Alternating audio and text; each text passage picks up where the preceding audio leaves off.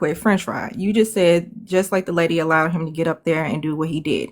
Just like you have an opinion, I have mine. See, the problem with you, French fry, is a bitch like me. And yes, I'm saying me, referring to me as the bitch.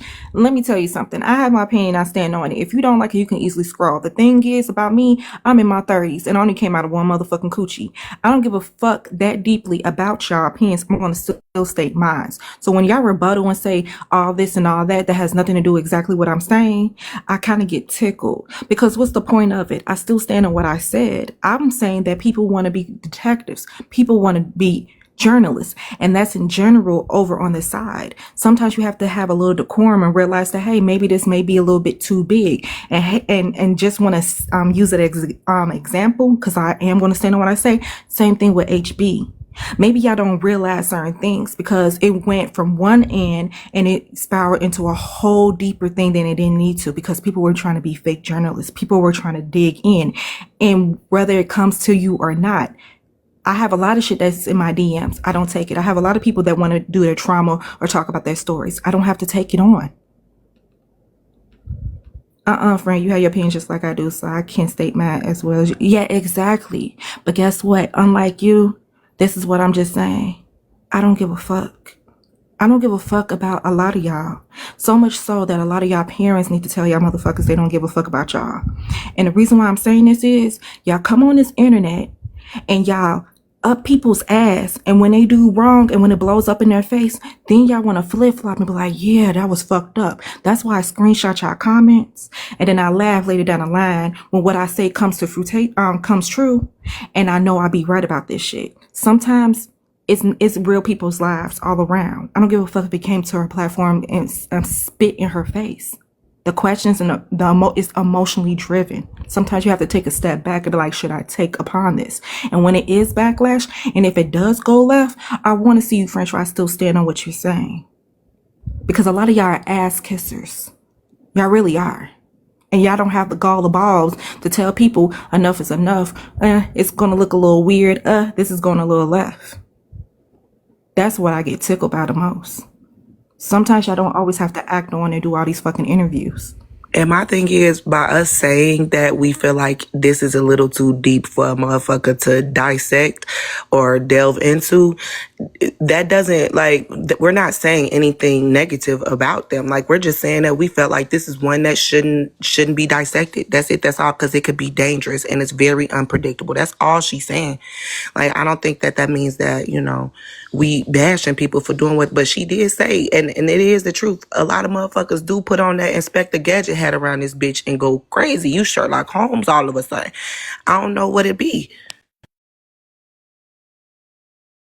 I mean, it just proves the fact that if you don't got no fucking degree and you don't know what you're doing, sometimes you need to recognize when a situation, okay, like if she was gonna take it on, it'd be one thing to listen, like, and if a motherfucker give you some information that you know ain't correct, that's just for your viewers to dissect. That ain't for you as the interviewer or the person that's talking to them to dissect and be like, you a motherfucking liar because such and such and such she just said. Like, that's not gonna do anything but run the person off, and ain't nobody gonna ever want to say nothing to you. You don't know what kind of reaction that person gonna have about what it is that they're talking about. Like, that's crazy to me. And then you got QL on the panel, she crying because this is too much.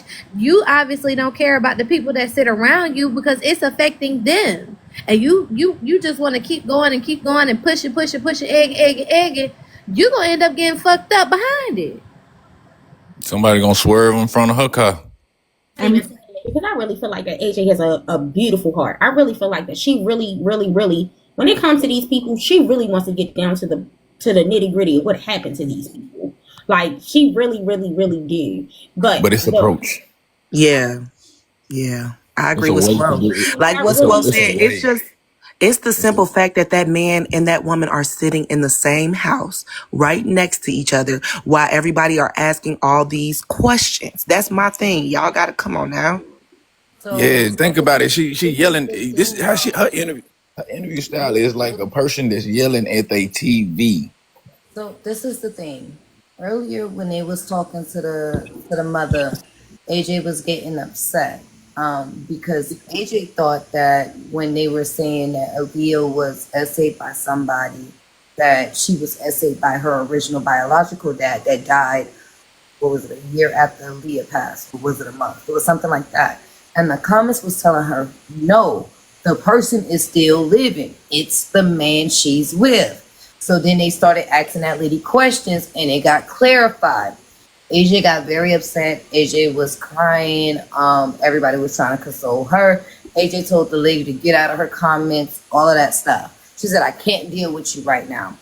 The lady had said, my husband gets off at 2. I can have him contact you by 4 if you want to interview him. At first, AJ said yes. This is before she knew that the current husband was the person that was alleged to have done this to Lee. But Tylee, this is why I don't mean to cut you off. I'm sorry, sister, but this is why you do your research before you even had these kind of conversations, and that's where the lack thereof comes from. That's why it's premature. That's why it looks dumb. She don't do her research. She just go with whatever the comments say, then ask the question, then you get emotional, you making it about you. I can't deal with you. Get out of my face. And then now it's okay. He can come back.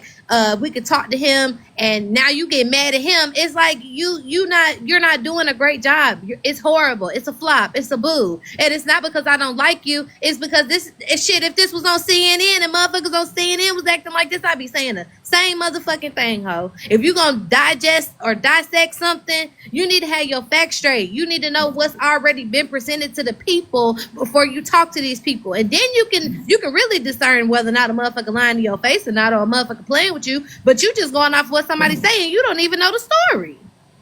And ain't this all allegedly? Because like he ain't in court right now, right? Wait, y'all. Hold on. Just I don't want to control the panel or anything like that. But Junior just said we missing some stuff, so I'm just.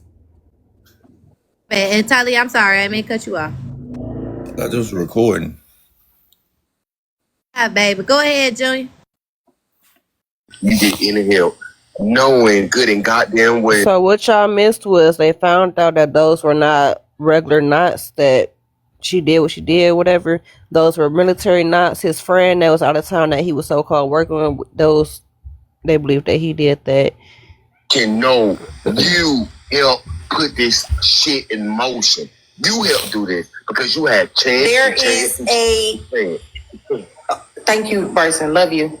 Y'all, there is no post on his profile between August the 19th, 2020 to March the 26th, 2022, which is almost 2 years.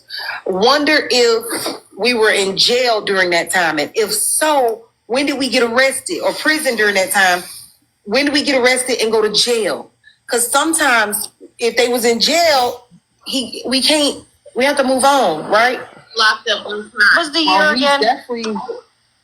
Oh, wait a minute. August 19th, exactly 1 month after she passed. Wait, I'm found some charges. So in 2020, I have hold on 1 second, my baby. I have, in 2020, he was in Texas, 24 Texas, 25 Texas, and 25 in Michigan. And in 2020, he was in Texas? Yes, I have an address for it. Hold on, this is why I've been wanting to come in the box. And both Send it to me. 4 and 23. I'll have to give it to you. We'll have to FaceTime or something because I can't give it, but I can show it to you. Okay. 25 minutes away so